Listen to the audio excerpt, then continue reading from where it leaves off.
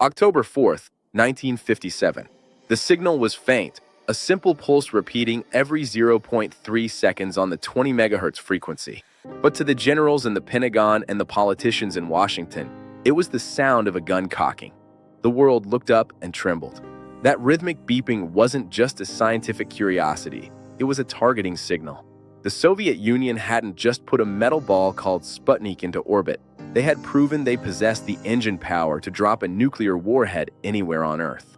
The space race is a comfortable label we use to sanitize history.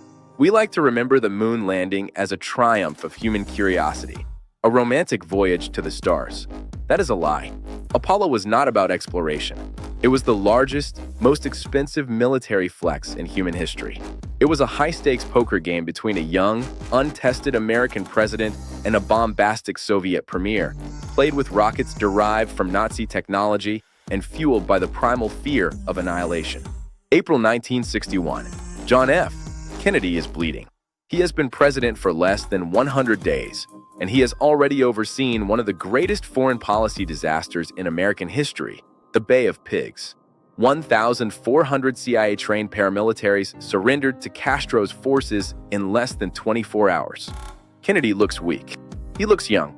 And then, the ultimate insult.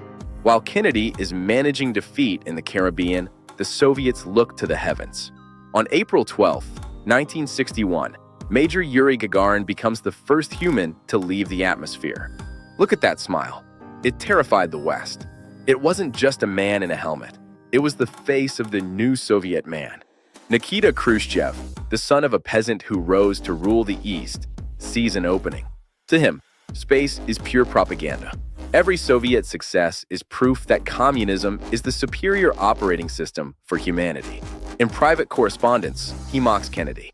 He believes the West is old, tired, and in decline. Kennedy needs a win. Not a small win, a miracle. He turns to his vice president, Lyndon Johnson, and the architect of the U.S. rocket program, Wernher von Braun, a man who, less than 2 years prior, was building V-2 rockets for the Third Reich. Kennedy asks for a goal. He needs a finish line so distant that the Soviets, who currently hold every single record, cannot simply beat them to it next week. They don't pick the moon because it's scientifically valuable. They pick the moon because it is far away. It buys them time. It is a strategic pivot to a battlefield where the U.S. industrial base might actually stand a chance. When Kennedy stands in the heat of Houston and declares, "We choose to go to the moon," it sounds inspirational.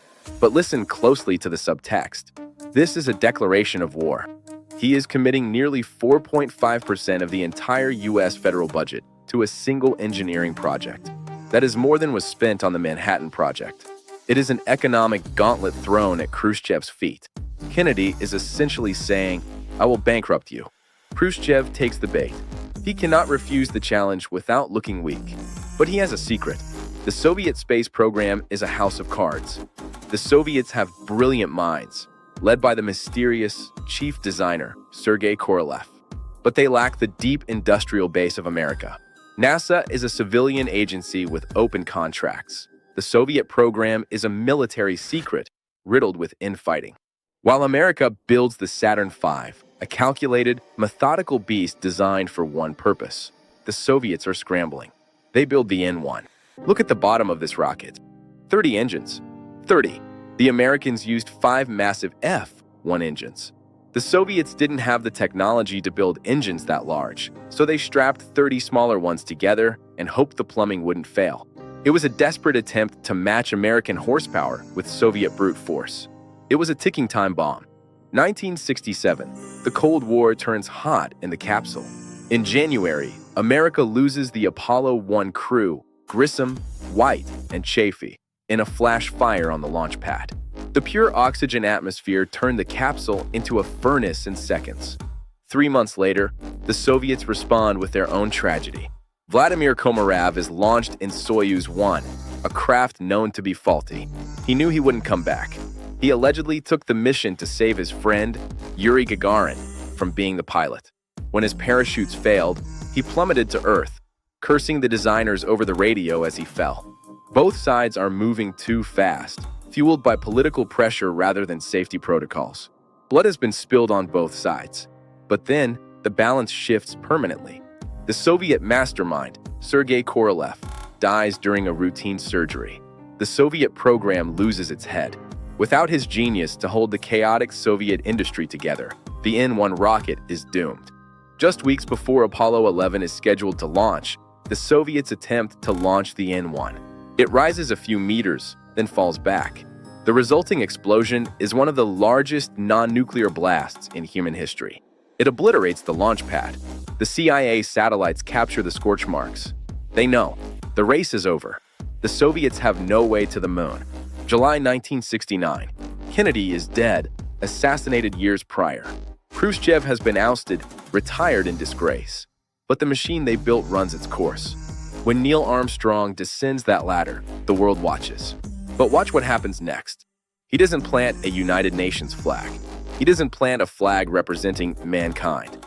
He plants the stars and stripes. It is the ultimate geopolitical mic drop. In that moment, America demonstrated that it could leave the planet, land on another world with pinpoint accuracy, and come back. The subtext was terrifyingly clear to the Kremlin. If we can land a man on the Sea of Tranquility, we can drop a thermonuclear warhead down the chimney of the Kremlin. The space race wasn't about science. We got Teflon, Velcro, and satellite TV, sure. But the real result was the psychological defeat of the Soviet Union. They realized they could not compete with the American military-industrial complex. The Soviet economy would limp on for another 20 years, but the spirit was broken on the launch pad.